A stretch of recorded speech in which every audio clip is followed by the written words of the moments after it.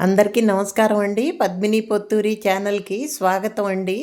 నిన్న ఉగాది పర్వదినాన రాముల వారి కళ్యాణం కోసం పసుపు దంచటం కార్యక్రమం మొదలుపెట్టారండి విశాలాక్షి గారింట్లో. ముత్తైదులందరినీ పిలిచారు. చాలా సందడి సందడిగా గడిచిందండి. అభిజిత్ లగ్నంలో పసుపు దంచటం కార్యక్రమం చేస్తారు కదండి, అలాగే మొదలుపెట్టారు. అదే రోజు తాంబూలాలతో పాటు ఆ సంవత్సర పంచాంగం ఇవ్వటం వాళ్ళకి ఆనవాయితీ అండి. అలాగే పరాభవ నవ సంవత్సర పంచాంగం కూడా అందరు ముత్తైదులకి ఇచ్చారు. ఇంటికి ఒకటి చొప్పున చక్కగా ప్రతి సంవత్సరంలానే ఇచ్చారండి. నలుగురు చొప్పున చక్కగా ఆనంద ఉత్సాహాలతో రామ కళ్యాణ వైభోగమే అంటూ చక్కగా పాటలు పాడుతూ పసుపు దంచారు అందరూ. తర్వాత ఎవరికి తోచిన ప్రసాదాలు కూడా వాళ్ళు తెచ్చారండి. వీళ్ళు కూడా ప్రసాదాలు చేశారు. ప్రసాదాలతో పాటు తాంబూలం కూడా ఇచ్చారు. చాలా సందడిగా గడిచిందండి. చూడండి ఎంత ఉత్సాహంగా దంచుతున్నారు. వాళ్ళ ఇంట్లో పెళ్ళిలాగా ప్రతి ఒక్కళ్ళు భావించి చక్కగా ఎంతో ఆనంద ఉత్సాహాలతో పాటలు పాడుతూ చెలోక్తులు వేసుకుంటూ పెళ్లి సందడిలాగా గడిచిందండి.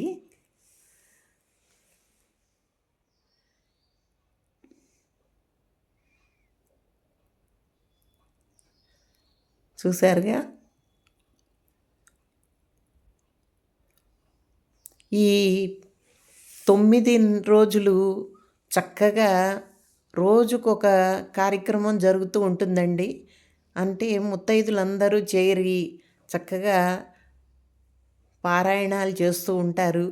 లలితా పారాయణ కానీ, విష్ణు సహస్రనామ పారాయణ కానీ, లేదా రామరక్షా స్తోత్రం, హనుమాన్ చాలీసా, ఇలా రోజుకొకటి చొప్పున ఆదిత్య హృదయం, భగవన్నామ స్మరణలో లీనమై ఉంటారు. 11 నుండి 12 దాకా జరుగుతుందండి.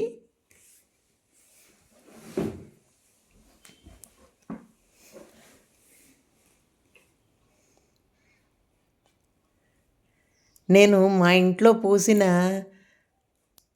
గన్నేరు తర్వాత గరుడవర్ధనం కలిపిన దండలు గుచ్చి రాములు వారికి సీతా అమ్మవారికి వేశానండి.